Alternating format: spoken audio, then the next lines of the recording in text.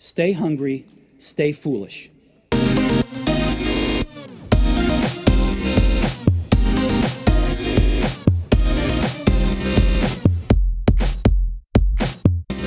We create human-centered interactions and experiences in our field. Empathetic purpose drives our every decision. Mobile first? In reality, it's humans first. This same mentality turned inward forms the cornerstone of something amazing, a creative culture. Designers and front-enders have a unique advantage in solving the cultural problems in business that are sucking the life out of us. The principles discussed in this book derive from the perspectives and skill sets we already use daily: empathy, objectivity, and yes, ample creativity. We welcome author of Cultivating a Creative Culture, Justin Dauer. Welcome to the show. Thanks, Aidan. It's good to be here. You start the book, Justin, the way many people unfortunately start their week, with the Sunday night dreadies. You sit down on Sunday night, but you just can't shake the feeling of dread for the week ahead. Yeah, and it's unfortunately a universal tale, if you will. I know it's not anything tied to a specific industry or tied to a specific geographic location. I write that from personal experience. I write that from the heart. I wrote an article that kind of preceded the book, and then I wrote the book Cultivating a Creative Culture following that. And the feedback about this feeling, you said the Sunday dreadies, I think that's very applicable, was cross-media, cross-industry. I received feedback from people in newspaper and people in TV and in radio and obviously design and agencies, where you have that feeling going into a new week, which should be the most exciting feeling, that you are about to innovate, you are about to create, you're about to do something exciting, some good for people, but rather you're thinking about the previous week and you're thinking about who threw me under the bus in a meeting I had, who was pointing at their watch when I had to leave a little bit early one day to get my kid. I don't want to go back and deal with that dynamic again. Finding the right cultural fit, the right place to do good work is such a non-trivial thing cross-industry. So the book that I had written, and I'm currently working on the second edition as well, is really written to talk about how to, I say human-centered design and I say human-centered culture, how to operate on both sides of that, how to do good for people in our creative process and how to do good for people in your interactions at the office. I mean, we can't preach outwardly about empathy and doing good for people if we're not treating ourselves good as well. Yeah, and this is the thing, isn't it? I mean, people who are creative get a job in a creative agency. They're coding, they're designing, they're developing, and they're doing things that they loved and probably would do for free in their spare time. But it's the environment. It's these fantastically talented, creative people, and they get into these unhealthy cultures, and it feels like there's nowhere else to go. And you say in the book, it's tantamount to psychological abuse. Absolutely. These people that we're talking about that are, like you said, they would do it for free because this is what their passion is. A large part of their identity comes from their work. And these are tinkerers, people who are certainly coming in and doing work, but people who go home at night and they're sitting on the couch and they're reading articles. They see something cool online or something they've read and they're tearing it apart and they're figuring out, how does this work? What are the accessibility constraints here? What was their design process probably like? And you have these people who have this fire within them, and then they come into the office and the office marginalizes them, and you're less an individual and you're more a name on a spreadsheet. And that just absolutely sucks the passion and sucks the life out of you, sucks the creativity, the innovation out of people. That's the most tragic thing, when you have brilliance and fire and then it's terminated at the expense of the bottom line. Yeah, and you mentioned there reading an article. So somebody's reading an article at home, and the terrible thing is somebody could easily be reading that article in work because it is actually part of their work, but they're fearful to do so. As you say in the book, people are often screening their screens so people don't see what they're reading because maybe it's not billable work. Yeah, in hindsight, it's air quotes comical, but I've worked in places before where everyone kind of had this same posture about them, where you're kind of leaning forward. I don't know what kind of angle it is, 45-degree angle over your desk, because you're trying to shield your screen because, God forbid you have 10 minutes free and you want to see what's trending on a specific hashtag on Twitter, or you want to look at Facebook for a second or read an article. And people have this fear about them, a fear grounded in reality, that if their supervisor walks by Are they going to say, don't have enough work to do? Like, what are you doing? I've experienced that. And I've worked at places where everyone kind of adopted that same posture. You're leaning forward to cover your screen. And there's just no reason for that. When you remove the individual from the equation, like everything is lost. Like I keep saying innovation, having energy to create, that passion, that drive, that's all just lost when people feel like they can't let their guard down for 10 minutes. I mean, that it's absolutely preposterous. Neuroscience studies, research, etc., all say that you need to turn off in order to turn on. So you need that space, that white space yourself of thought staring out the window, because that's when the ideas come, not when you're constantly turned on. This is what I find really, really unfortunate in so many agencies. Also, the lack of psychological safety. If you don't have psychological safety, it's the equivalent to being always in fight or flight mode. Yeah, anytime you have your guard up all the time, it's exhausting. Like think about, when you've worked all day and you come home and then your family comes over after work or you have friends over, and it's great, but you work 9 to 5 and then you're on from like 5 to 9 at night, and it's great to be with people, but you can't relax, you can't pause. And then when you had a good time, but when the people leave, you're kind of exhausted. It's hard to be on all the time, and that's why I write about this notion called pausing with intent. And, we talked about just pausing to, space out or look out the window. Obviously, that's valuable. Everyone needs time to defuse. But I'm also a strong proponent of that pause with intent motion. That's to say, if there's a coffee machine in the office, let people stop for a little bit and chat with their coworkers without fear of retribution for somebody, like I said, looking at the watch and being like, don't you have to get back to your desk? That moment of bonding, that moment of human connection, that moment is absolutely vital. And not just to humanize one another at the office, but I mean, a lot comes out of those pause dialogue where you can let your guard down. And maybe you're going to talk about an issue on a project. An idea might spark from that. Or you're going to talk about a piece of music you heard or a movie you saw over the weekend. And those dialogues are vital to just have a human connection and have that dynamic at the office. But so much good, so many sparks happen when you don't have that feeling of someone looking over your back and kind of tapping on their watch. And we're going to get into solutions now in a second, but there's a saying I love, and I mentioned to you before we came on air, which is the writing on the wall needs to match the cultures down the hall. So you can talk whatever you want about your culture. It can be on your website, your mission statement, etc. But it's ultimately the behaviors within the company that are what the company is. It's the culture of the company. And you say there's a way that we can shift this in companies. And you talk about using the design skills of an agency to design day zero, for example, for an employee. Right. And I'm glad you mentioned, the signage on the wall. The good news is now, the way people hunt for jobs or the way people look for new careers or the next evolution of their role, people go on sites like Glassdoor and Indeed and these other job sites, and they post reviews of companies. And if the signage on the wall doesn't match the culture, people are very transparent and candid about that. So I don't think that is as hidden anymore, I guess, within cultures. If it doesn't match, it kind of bubbles to the surface. And that's where there's damage internally to the business, there's damage to morale, and there's damage to the brand. I think culture and brand are absolutely synonymous. To your original question about redesigning the first day, think about, the average employee coming into the office. It's usually on a Monday. It's on a Monday because there's 5 days spanning ahead of you. And the natural air quotes momentum for a business is you come in, maybe there's some onboarding where you're in training, or hopefully your computer is waiting for you at the desk. And it's not uncommon at all. This has happened to me in my career. This is not, a rare story in any sense for you to get right into a project. Maybe there's some, light training in the morning where you get training on how to log into the network and set up your email. I've had it before. I come in and I'm within a project and, the first hour and a half or first hour. And that was in a very senior role at a company that probably should have known better.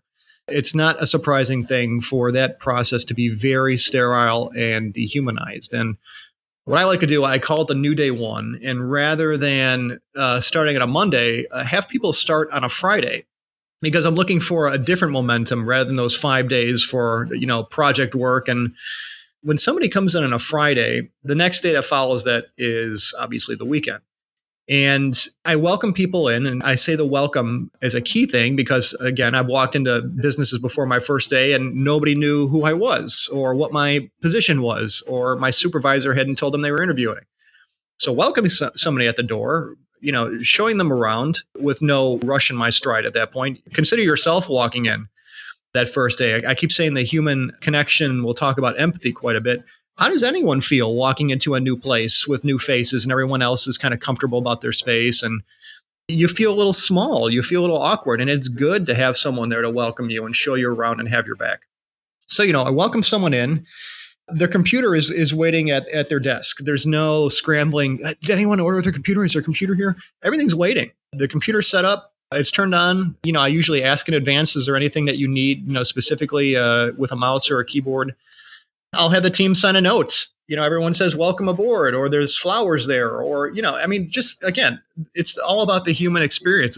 You're signing up for a business to contribute your abilities, and there's a mutual trust there.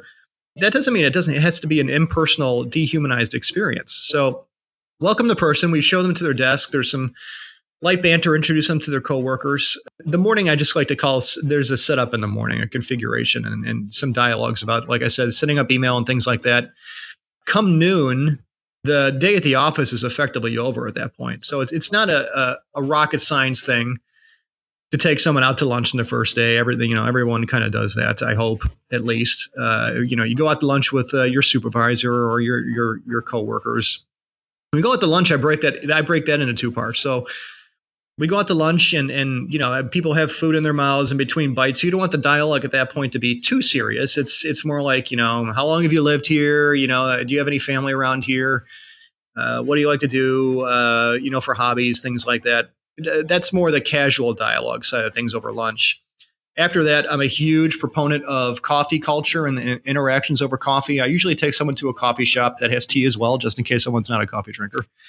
And then we get into it a little more. I come from the design world, human-centered design specifically these days.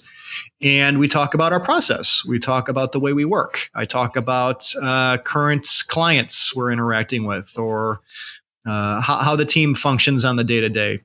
And when that concludes, and granted, the person at this point has gone through the interview process, we've looked at their portfolio and all those things, but I'm looking for more about what fuels a person in a cognitive design, visual communication, strategic sense than what a portfolio could ever yield. So I'll ask somebody, take me someplace in the city, and we live and operate in the city, downtown Chicago. Take me someplace in the city that inspires you.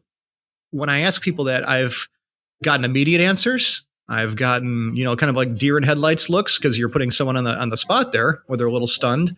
But, the goal there is spatially, I want to understand what is it about a place that has made or contributed to the person the way they are. And people have taken me to a music venue, or we've gone to just a scenic place in the city, or we've gone to a place where somebody had a major life decision to make in a career path evolution sense. So it's not always, sunshine and rainbows. I mean, people change or make decisions, or places are important to people for various reasons. And, we go there. I certainly don't probe or poke, but as comfortable as someone is telling me about it, we kind of talk through it. What about this place has inspired you or impacted the way you are, or why you do what you do? And there's no rush at that point even. We just kind of, linger a little bit. I talked about the act of the linger, the act of pausing with intent. And we just kind of talk through it. And that often, wraps up maybe 3 o'clock, 4 o'clock. And it's not like, okay, let's go back to the office and work. At that point, we're done, because I mentioned that different momentum I'm seeking. I want someone to go back to their home, or, take a leisurely stroll someplace and think about what just happened, about that human connection, about, the culture being demonstrative in action rather than just, like we said, something printed on the wall or on a t-shirt. And then they go through the weekend and they talk to their family and they talk to their friends. And there's a whole new dynamic come Monday that has changed, rather than, people coming in and flat and getting thrown into, a project or sterile training. So that is the connection I'm looking for. And I think that kind of sets the tone for everything that's to come. And I love the way you've used the skills of the agency, your skills as a human-centered designer, to create a persona. It's that persona. It's like first day in school, first day in work. It's all the same psychological impact that's having on somebody. You mention in the book this great thing, and I'm sure I'll butcher it because you have a lot of Swedish culture infused into your own thoughts and experiences over time.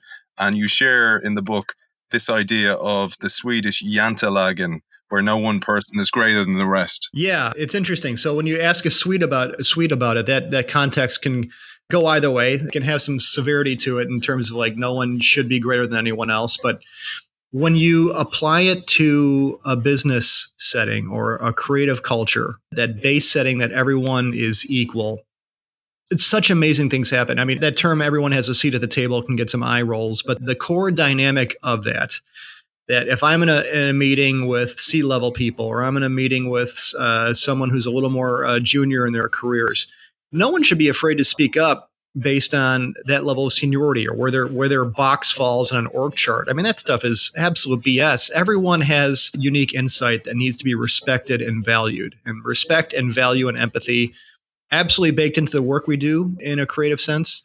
But there's no reason that shouldn't be baked into our cultural interactions as well. I mean, think about when you run a workshop.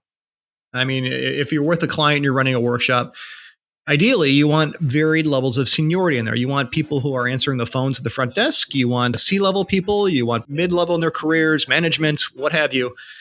Because everyone is going to bring a different viewpoint to the table. You want those varied voices. You want those varied opinions. You want those varied insights. It's all about inclusion at that point. We should be striving for inclusion at the office, in our process, and in the work we produce. Those principles in design and human-centered design absolutely should apply to our cultural dynamics. And in the book, you have several companies that you admire, and many of our listeners will be familiar with the work of Ray Dalio and his excellent book, Principles, and in particular, his principle of radical transparency. But in the book, you share a different tale of transparency in action with the local Chicago, I believe, Nick's Pizzeria and Pub. Right. I mean, that's really an amazing story. Nick Cirillo owns a couple of pizzerias in the Chicagoland area, and that's a portion of his identity. He's written books. He's an international speaker. He's been a TEDx speaker. He's been featured on radio and television, online, everywhere. And it all comes back to the way he runs his business. He's transformed his pizzerias into multi-million-dollar businesses and been published so much because of his cultural interactions with his team and the way they are empowered and the way everyone has a seat at the table. And I mean, organizational flatness and transparency, again, that's going to get you eye rolls by and large based on how it's employed or used. But this guy breathes and lives and sleeps this method of empowering his team. I went to his locations and I physically sat with him and I had pizza and broke bread with him as the service in his restaurant was beginning for the day. And I kind of saw this beautiful symphony of people with precision buzzing around and getting everything right. And Nick knew every single person's name. He was on a first name basis. It wasn't, hello, Mr. Cirillo. Everyone was, hey, Nick, and shaking hands. And he knew every person's name. He's as genuine as you possibly can get. And we talked surface level about his business, but then he took me downstairs to the lower level. That's where it got absolutely fascinating. On the wall, every night or every day is tacked the business's financial statements. So every single person, from the person washing to the dishes to the person welcoming the guests to, the manager who kind of oversees the floor operations, anyone can go down there at any point and see how the business is doing. What is the profit level? What are the goals? What are the targets? And then there's an entire huge board noting what people make.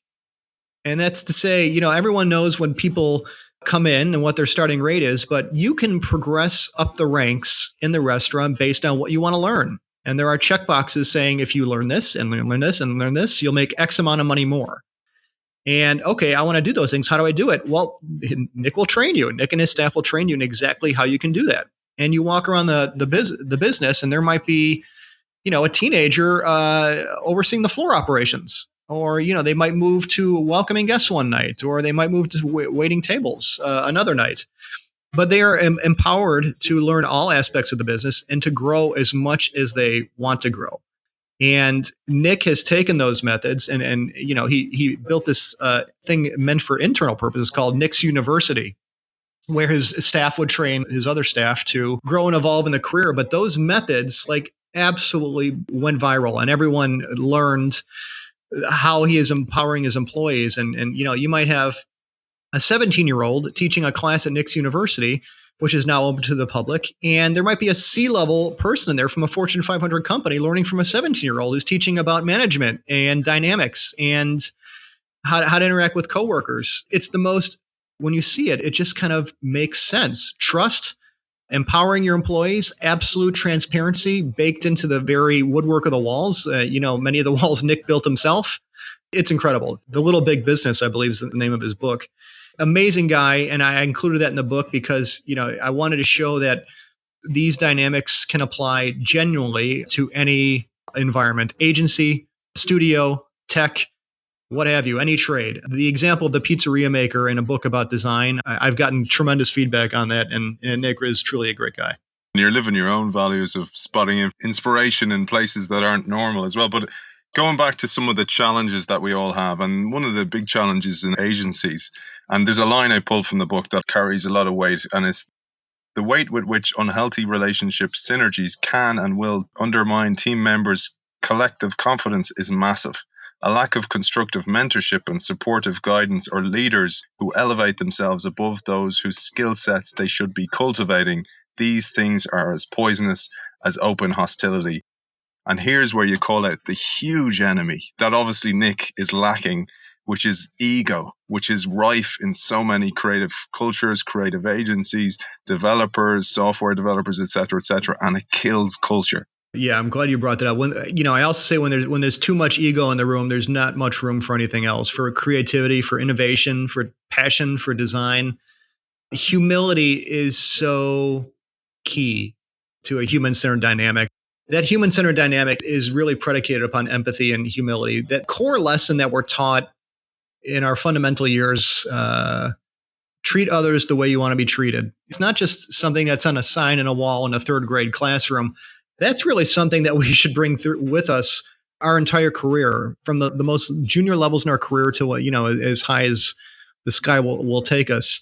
Ego absolutely kills innovation. It kills evolution. It kills design process. It kills the office dynamic. It is absolutely toxic, and it can either be very much out there, as poisonous as open hostility. I mean, the implication there is that there's a lot of passive aggressiveness kind of comes in that. I mean, think about, being backseat creative directed when you have someone looming over your shoulder and it's like, you might, maybe try it this way, or let's go ahead and do this, or make the logo bigger. Like all that kind of BS that is now an online meme. I mean, a lot of us have lived that. And it's funny to read, and people kind of laugh and groan because they think back to when they've had these interactions. But yeah, ego is absolutely toxic. It could sink so many of the things I said. It could sink a business. It's really a non-trivial thing. When I was a junior employee at a business that did not have a healthy culture, and I would present work to a client in person or on the phone, and like rather than the dynamic in the room of knowing someone had my back, I knew if I said something that was off, or if I made a mistake, or I should have said something about the work that I didn't, rather than having a dialogue with my manager, my team afterwards, and being coached or how to evolve, I knew I was going to get threatened, or I was going to get pulled into an office by someone and verbally thrashed. And like, you don't want to evolve then. You don't want to grow. You don't want to be there. You don't want to do good work. And the ego that is the baseline of that, rather than that humility or putting yourself in treating someone else like you'd like to be treated, and putting myself on the other side of that desk of the employee being in receipt of that feedback. If ego fuels any dynamic, it's going to fail. So it is the most non-trivial thing I can think of. There's a great analogy I heard before, and I used it in a weekly blog, and it's called the black walnut effect, right? And basically, the black walnut tree is this big, magnificent tree, and it releases a toxin called juglone, and the toxin is spread around the area below the tree. So it kills everything that's trying to grow. It kills any vegetation. It kills any up and coming trees. And the whole concept is, in order to be big and beautiful, it has to kill everything else around it. And it reminded me of this. It reminded me of the ego in the business. Perhaps it's a killer developer. Perhaps it's an amazing salesperson in your team that has contacts that you believe are so important to the company that despite them being toxic, that you keep them in there. And this is very, very common in the creative field and developing, et cetera, et cetera. To use another example of someone who's not in a design related field, I think of Zhang Quan, who's largely regarded as, one of the best or most talented, I should say, culinary experts on the planet. A Zen Buddhist nun prepares vegan meals for her community, I think in a temple south of Seoul, Korea. Largely regarded one of the most talented and innovative chefs in the world. And one of her quotes is, "Creativity and ego cannot go together." And I find myself using that in just about every talk I've given of late, because you have this person who is incredibly highly regarded, doesn't have a culinary line with her logo on it, or doesn't have a restaurant on the Las Vegas Strip, but people make the pilgrimage to her temple to sample her food, and everything is like transcendental. She grows her own veggies. If a bird comes down and eats things in the garden, she's, that's nature intended that for that to happen. She just rolls with it. And she has this inner peace about her that saturates every movement and every ingredient she prepares. And she kind of plays the long game with how she prepares her food and prepares her sauces and things like that. When you have this person who can have the world at their fingertips like that, but is just doing what she does based on connection, and she says that so very often, I think there's so much to be learned from that, and to be that the humility to be baked into what we do as creators and ultimately innovators. And one of the ways you make this live in an agency is how you give feedback. So, for example, you're having that weekly feedback, maybe somebody's pitching some ideas, etc., that the feedback is given with humility rather than with ego. Sure. Feedback is something I take incredibly seriously in every place I've worked with. And I always coach my team on how to give objective feedback. It's always objective versus subjective. And ego, obviously, in a feedback sense, I mentioned backseat creative directing before. That feedback is going to be fueled by an individual projecting themselves onto the work or the process or the product. Obviously, that's not the healthy way to go about it. But even if you are in a healthy dynamic and you're giving feedback and, someone is, you're looking at a sketch, or you're looking at something further along down the line, or a prototype or something tangible, or, what have you, to look at something in an office or creative environment and say, "I like it." That's a nice comment. And I'll leave it at that. It's a nice comment, but there's absolutely nothing you can do with that. I like it. What you can leverage is, this is successful because it accomplishes X, or this accomplishes our goals because of Y.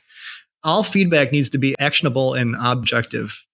No one's going to grow from "I like it." That makes me feel good, and then it's dead. Or if you see something that is not working, "Ugh, that sucks," or "I don't like it." Okay, but what do I do with that? What is effective is, this isn't achieving our goals because of X, or this isn't, a user wouldn't be able to interact with this because of Y. I can learn from that. I can grow from that. So feedback in an objective sense, absolutely fuels growth and fuels innovation and fuels the progressing of creative projects, process and evolution. But ego-driven feedback, the worst. You're going to get nothing from that. Objective feedback in a healthy environment is absolutely key. Yeah, and here's another thing you talk about, which is so relevant in the creative field, is this dreaded term, 100% billable time, where people, again, we mentioned earlier on, shielding their screens for fear that they may be looking at something that's other than a project open. And this, you mentioned this happened to you before, where people catch you not looking at a project and kind of go, "Oh, well, obviously you don't have enough work," instead of seeing it as an opportunity for that white space we talked about earlier on. Right. The 100% billable time in the agency space, I found historically in my career that's the most rife. And I'm not operating in a fantasy land scenario here in any capacity. I understand billable work keeps the lights on. It pays salaries. It gives you health insurance. I get that completely. But that is to say, again, I mentioned somebody's value is not determined by who's the last one out the door at the end of the day, or people should not be viewed as a name on a spreadsheet. no good is going to come from people having to have their heads down and pounding away at work from 9 to 5. We mentioned the white space. Where's the time for, like I said, that human connection? Or where's the time to step away from your desk and engage in a different creative pursuit to refuel those synapses firing so you can innovate and you can re-collaborate and reconnect with your coworkers? And I mentioned the book about having an area where you can maybe work on a puzzle, or you can go over and tinker a little bit, or put some Legos together with a coworker. At that point, you are pausing with intent. I mentioned that before, but you're also collaborating, or maybe you're working in solitude, and you just need to exercise your motor skills and a different form of programmatic or creative problem solving rather than a finger clicking a mouse. Having the leeway to do that as a step one, even knowing I can do that in my office space or my studio or my environment and not have someone casting side glances at me or feel like I'm going to be judged. That alone is so liberating and humanizing and freeing. But to be able to go over someplace or walk around the block, or like I said, maybe you're going to play with some Legos, or you're going to work on a puzzle or sketch something that has nothing to do with work for a little bit. Having that ability to do that and not feel judged, but to feel supported, absolutely key. And I've seen this in practice. I've read about this. That time is vital, and it's something I make sure my teams are also, as a known quantity, that is something they can absolutely utilize. Yeah, and they need to see the leader leading the way, because that makes it okay. Because you see so many of these companies, a lot of tech firms, and the tech firms have brought in this idea of having the gym, having the food there, having breakfast, etc., etc. But oftentimes, as you call them out, they're cultural band-aids, and they're perks in sheep's clothing. And you say there's ways to call this out and look to the interview process and maybe do your research before you join a company, before you go in there and realize, I've made a mistake. I've had this happen. I remember on a flight back from doing some ethnographic research on the West Coast, and I was tired, and I opened an in-flight magazine, and it was a long flight, and it was a tech firm talking about how they had sleep pods in their office, and if you're burned out, you can go in this sleep pod and take a nap for 45 minutes or an hour, and then you're ready to go, and you can work into the night. And I remember being exhausted from what I was doing. I'm like, hey, that sounds pretty good. But then, I thought about it a little further, and I dug in a little bit more, and I did my research when I landed and I got back home. And the perks like these, like, the sleep pods, or, if you're working till 9 o'clock, we'll pay for your cab. Or if you're working over the weekend, we'll send, a cleaning crew over to your house to clean up your place. And on the surface, that's like, oh man, that's great. They're looking out for me. Think about what's below that service level. Everything is designed to keep you at the office longer. I mean, why leave work when I can stay here and somebody will clean my place? Or, it doesn't matter if I'm here till 10 o'clock. I mean, I'll get a free cab home. So yeah, I say cultural band-aids, which is, I'll talk about that in a second. But these things are, you said wolf in sheep's clothing. These are the things you absolutely have to watch out for, these surface level perks. And the band-aid side of things, if you go in a place and there's a pinball machine or a foosball table and or arcade cabinets or a PlayStation. And it's like, that's cool, but can people use those things and not be judged? Can someone literally sit down and play PlayStation and, blow off some steam and go back to their desk and not be judged? Or is that the only reason by which a business defines a creative culture?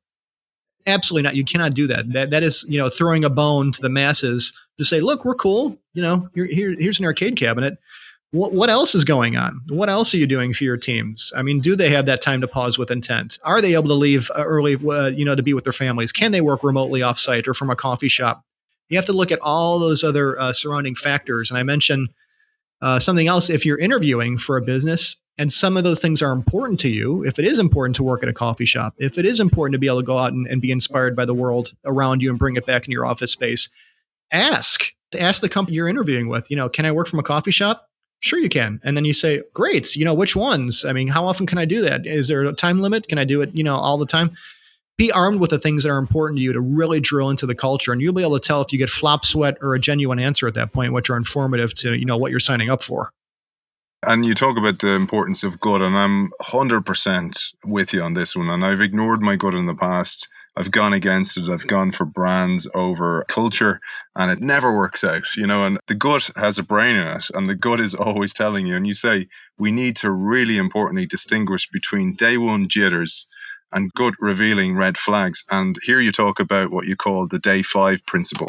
When you sign up for a business and, say you've done your homework and you've interviewed and everything sounds good and you're actually in it in the first week and there is no new day one. It is a 5-day week. Okay, that's fine. Or you start to notice that there are cots around the office for, and you actually see people sleeping in them because they're there so late. Or, you get thrown right into a project. You can tell effectively, to sum it up, what you signed up for is not what you are getting. And what I say is the core point here, and this is what I wrap the book up with ultimately, is don't settle. My main driving line there is, because you signed up for a new role, don't feel that you are beholden to them because you are afraid to make a change. I mean, I know people have to put food on the table. I understand that. I know people have to pay their bills. I get that too. I've absolutely been there. But settling for years in a position because you feel you owe the business or you're obligated to do X, that can take years off your creative evolution or your passion or your design life, if you will. And, I've talked about stories that resonate cross industry or cross media. This is absolutely one, this notion of settling. I was asked recently, what is one thing I would tell my younger self? And don't settle is absolutely that thing. And the day 5 principle that you mentioned is give it 5 days. And, every recruiter on the planet is going to give me dagger in their eyes. Give it 5 days and see, is what you signed up for really what you are getting? And I say 5 days because I think in the course of a week, and there are off weeks and there are on weeks, and I get that. And maybe it's 5 days, maybe it's 10 days, maybe it's a month, but really don't have blinders on when you sign up for a place. You just mentioned you've signed up for brands over places that are doing good human-centered procedural or cultural work. I've done that as well. And don't have blinders on towards what you've signed up for. There are places out there. This is the other side of the coin. There are places out there who are doing it right and are completely transparent and are what you sign up for is exactly what you're getting. So do your homework as much as possible in advance. And I mentioned when you're interviewing, ask about the things that are important to you. It's not a one-way monologue. It's a two-way dialogue and a two-way street and a conversation rather than an oration. So ask about the things that are important to you. Dig into what you want to know and see what kind of genuine answers you're getting. I feel like if you're interviewing at a place and you ask, can I talk to people who work here? Can I talk to a client? Can I talk to someone who's left? If you're transparent and you believe in your business, you should be open about all of those things. I think there are a lot of ways to prevent having to invoke, if you will, the day 5 principle. But again, just not settling and not devolving into burnout is really important. I love that message. I lecture in a business school and I tell the students, don't go for a brand over a culture because you'll always regret it. And more importantly, don't do it because you think your parents will be proud of you or your friends will be proud of you. And if you need to leave. Don't care what they will say. I've done it. I've stayed longer than I should in places because people will judge you and they go, oh, that guy's always moving. Who cares? Life is too short. Whatever about your creative life is too short because we deserve to work in a place that actually fulfills us some way, or at least as much as possible align your values with the values of the company. And that's why I love this book. And just, you'll love this, man, because I realized you did the graphics on the book and they're beautiful. And I had the book last night. I was putting my son, he's 6, to bed. And I had the book in my hand. He reads his Pokemon book beside me. And he goes, he's like, Dad, I love that. Did you draw that? And I was like, no, Dad's not that talented. The graphics really caught him. It's a beautifully illustrated book. And it's an easy read because you've written it that way. You've thought about the user, the other side, which is your skill, and it's human-centered book, etc. I really highly recommend it for people working in agencies, people running agencies, because it's a nice template for how an agency should be run. Justin, where can people find out more about you, the agency, etc.? Yeah, thanks, Aidan. I appreciate that. So the-culturebook.com is the website for the book. _Culture Book is where you can find anything book related on social media. Personally, I am at Pseudo Room, Pseudo Room. on all social media, and my Twitter DMs are open, so I can easily be contacted there. And pseudoroom.com is my personal folio and way to contact me for speaking and things like that. Regarding the book, Cultivating a Creative Culture is the book. I am currently in the process of working on the second edition, which is going to have a bit more about human-centered design process and its relation to human-centered culture and the touch points there. That should be out June or summer of next year. Author of Cultivating a Creative Culture, Justin Dauer, thank you for joining us. Thanks, Aidan. I really appreciate it.